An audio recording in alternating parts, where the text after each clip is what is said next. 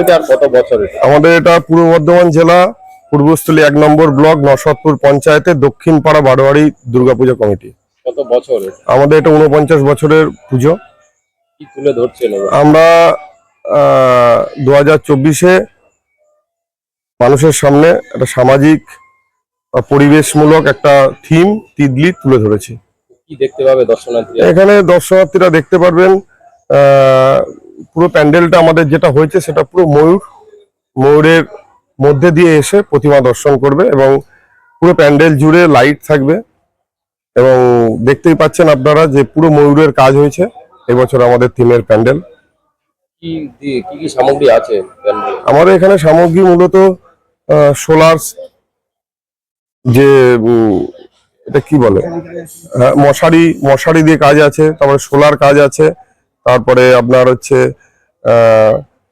Carry bag পলিথিনের কাজ আছে। আমাদের মনে হয় যে এবছর আমাদের এই থিম তিদলি দর্শনার্থীদের কাছে প্রচুর একটা আকর্ষণীয় প্যান্ডেল হিসাবে আমরা তুলে ধরতে পারবো।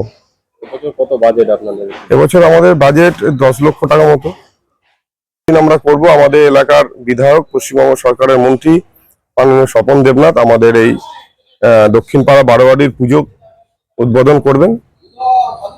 এই এলাকার মানুষ অ্যাকচুয়ালি এই এলাকার মানুষ হস্তশিল্পের সঙ্গে যুক্ত, তাই আমরা শিল্পীর কাজটাই তুলে ধরেছি। তাঁতের সঙ্গে যুক্ত আছে, সুতোর সঙ্গে যুক্ত আছে, হস্তচালিত তাঁতের সঙ্গে যুক্ত, তাই আমরা শিল্পীদের দিয়ে এবছরের থিমটা আমরা তৈরি করেছি।